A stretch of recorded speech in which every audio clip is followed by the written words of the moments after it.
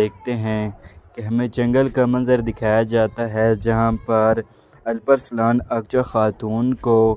بازنطینی سپاہیوں سے بچانے کے لیے اور اس کی تلاش میں جنگل میں جاتا ہے، جہاں پر وہ امیر بوزان کے سپاہیوں کے ساتھ لڑتا ہے اور ان سے اکچا خاتون کو حاصل کر لیتا ہے۔ اور دوسری طرف ہمیں دکھایا جاتا ہے کہ رومن تیوجن اپنے سپاہیوں کے ساتھ وہاں پر چھپا ہوا ہوتا ہے اور وہ اپنے سپاہیوں کو کہہ رہا تھا کہ تیار ہو جاؤ، ہم جلد ہی ان پر حملہ کریں گے۔ تو اس کے بعد ہم دیکھتے ہیں کہ الپرسلان اور اکچا خاتون ایک دوسرے کو دیکھ کر بہت خوش ہو جاتے ہیں اور الپرسلان اکچا خاتون کے پاس آتا ہے اور اس سے پوچھ رہا تھا کہ یہ لوگ کون تھے۔ تو اس کے بعد اکچا خاتون الپرسلان کو کہہ رہے تھے کہ یہ وہی لوگ ہیں، کرامتی لوگ ہیں اور یہ ان کا سردار ہے اور یہ گورنر کے کمانوس کے ساتھ ملا ہوا ہے اور اس نے ہمیں بہت تنگ کیا ہے اور یہ ہی ہمارے منصوبے کو خراب کرنا چاہتے تھے اور میں ان کے سامنے ظاہر ہو چکی ہوں، اس لیے گورنر کا کمانوس مجھے نہیں چھوڑے گا اور اس لیے ہمیں سے پوچھنا چاہیے۔ تو اس کے بعد الپرسلان اکچا خاتون سے کہہ رہا تھا کہ ٹھیک ہے، ہم ان سے انصاف ضرور لیں گے۔ تو اس کے بعد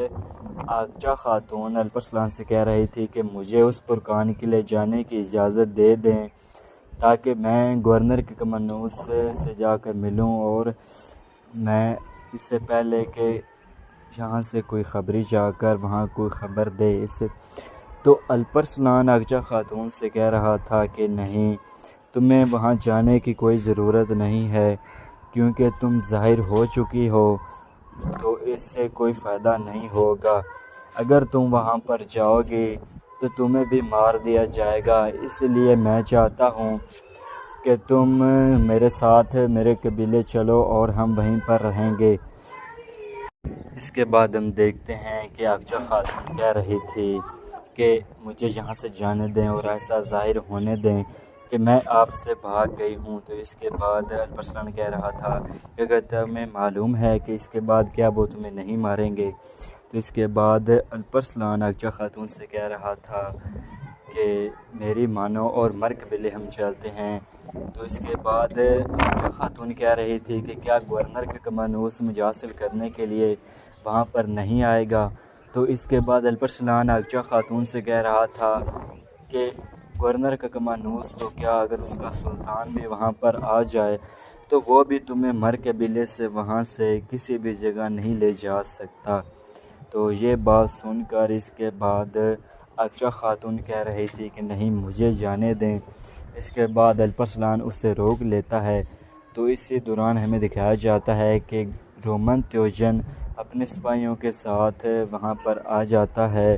اور اس کے بعد رومن تیوجن الپرسلان اور ان کے تمام سپاہی آمنے سامنے آ جاتے ہیں۔ تو اس کے بعد الپرسلان رومن تیوجن کو وہاں دیکھ کر بہت غصے میں ہو جاتا ہے اور رومن تیوجن الپرسلان کو کہہ رہا تھا کہ اس لڑکی کو ہمارے حوالے کر دو اور یہاں سے چلے جاؤ ورنہ ہمارے غضب کا شکار ہوگے۔ اس کے بعد الپرسلان کہہ رہا تھا کہ میں کسی صورت بھی ایسا نہیں کروں گا اور نہ ہی اس لڑکی کو آپ کے حوالے کروں گا، اور ہاں، ہم جنگ میں خوشی خوشی جاتے ہیں اور شہادت کے لیے ہر دم تیار رہتے ہیں، اس لیے ہمیں تم سے ڈرنے کی ضرورت نہیں ہے اور ہم تمہارا مقابلہ کریں گے۔ اس کے بعد ہمیں دکھایا جاتا ہے کہ ان کے درمیان جنگ ہونا شروع ہو جاتی ہے۔ اس کے بعد ہمیں دکھایا جاتا ہے کہ الپرسلان کے سپاہی اور رومن تیوجن کے سپاہی آپس میں لڑنا شروع ہو جاتے ہیں اور الپرسلان کے سپاہی بڑی بہادری سے ان کافروں کا مقابلہ کر رہے ہوتے ہیں۔ اور لڑائی کے دوران ہمیں دکھایا جاتا ہے کہ محمود کمانڈر موقع دیکھ کر فرار ہونے کی کوشش کرتا ہے اور وہ فرار ہو جاتا ہے۔ اس کے بعد ہمیں دکھایا جاتا ہے کہ رومن تیوجن اکچا خاتون کی گردن پر تلوار رکھ لیتا ہے اور الپرسلان یہ دیکھ کر بہت پریشان ہو جاتا ہے، اس کے بعد ہمیں دکھایا جاتا ہے کہ محمود کمانڈر جو کہ بھاگنے میں کامیاب ہو چکا تھا، اس کے پیچھے ایکسس کمانڈر آ جاتا ہے اور وہ اس کے گلے پر تلوار رکھ لیتا ہے۔ تو اس کے بعد ہمیں دکھایا جاتا ہے کہ رومن توجن وہاں سے اقچا خاتون کو لے کر فرار ہو چکا تھا، اس لیے الپرسلان ایکسس کمانڈر کے محمود کمانڈر کے پیچھے تلوار لے کر اس کا پیچھا کرتے ہوئے اس کے پیچھے آ جاتا ہے۔ اس کے بعد ہمیں اس پرکان قلعے کا منظر دکھایا جاتا ہے جہاں پر رومن توجن اقچا خاتون کو لے کر اس پرکان قلعے میں پہنچ جاتا ہے اور وہ ایک خفیہ کمرے کے اندر آ جاتے ہیں، اور وہاں پر رومن توجن اقچا خاتون سے پوچھ رہا تھا کہ تم نے الپرسلان کے سامنے مجھ پر حملہ کیوں کیا؟ تو اس کے بعد اقچا خاتون یہ سن کر حیران ہو جاتی ہے، اور اس کے بعد اقچا خاتون رومن توجن سے کہہ رہی تھی کہ اس بارے میں ہم بعد میں بات کریں گے، اب میں تازہ دم ہونا چاہتی ہوں، اس لیے مجھے اجازت دیں۔ تو اس کے بعد الپاگوس بھی ان دونوں کی باتیں سن رہا ہوتا ہے۔ اس کے بعد میں دوسری طرف دکھایا جاتا ہے کہ ایکسس کمانڈر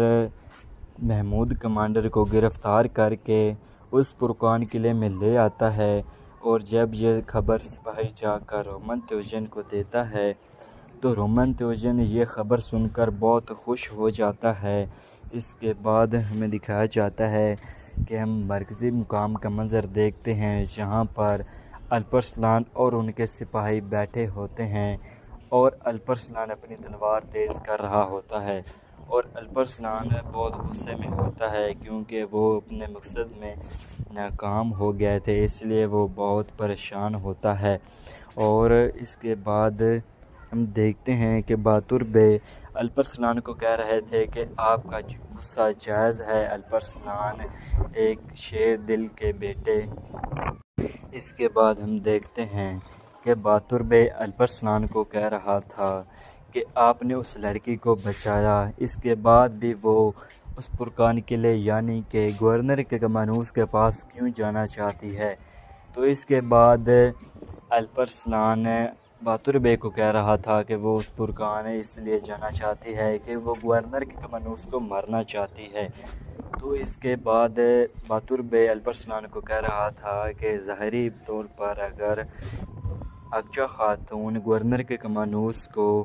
مار دیتی ہے تو اس کے بعد اسے کون بچائے گا؟ تو اس کے بعد حسن تابع کہہ رہے تھے کہ ہم جانتے ہیں کہ بے شک اقچا خاتون ایک بڑی بہادر لڑکی ہے۔ تو اس کے بعد باتور بے کہہ رہا تھا کہ اب ہمیں کیا کرنا چاہیے، اور ہم امیر ناطق یعنی کرامچی لوگوں کے سردار کے بارے میں کیسے معلوم کریں گے اور ان تک کیسے پہنچیں گے؟ تو اس کے بعد الپرسلان کہہ رہا تھا کہ سب سے پہلے ہمیں اقچا خاتون کے بارے میں سوچنا چاہیے اور ہمیں پتہ کرنا چاہیے کہ وہ محفوظ ہے یا نہیں، تو ناطق کے بارے میں ہم بعد میں بات کریں گے۔ تو اس کے بعد ہمیں دوسری طرف اس پرکان قلعے کا منظر دکھایا جاتا ہے۔ ہمیں اس پرکان قلعے کے اندر دکھایا جاتا ہے کہ الپاگوس اقچا خاتون کے پاس آتا ہے، اور الپاگوس اقچا خاتون سے پوچھ رہا تھا کہ آپ واپس اس پرکان قلعے میں کیا لینے کے لیے آئی ہیں؟ تو اس کے بعد اقچا خاتون کہہ رہی تھی کہ مجھے موقع ملا تھا اور ایک ہی موقع ہے اب کہ میں گورنر کے کمانوس کو جان سے مار دوں۔ تو اس کے بعد الپرسلان کے بارے میں یہ بات سن کر اور الپاگوس اقچا خاتون الپاگوس سے کہتی ہے کہ یہ یہی موقع ہے، اس کے علاوہ میں اسے نہیں مار سکتی۔ تو اس کے بعد الپاگوس اقچا خاتون سے کہہ رہا تھا کہ آپ ایسا نہیں کر سکتی، آپ ہمارے اس مقصد کے لیے جو کہ ہم نے ان سب کے لیے اتنی قربانیاں دی ہیں،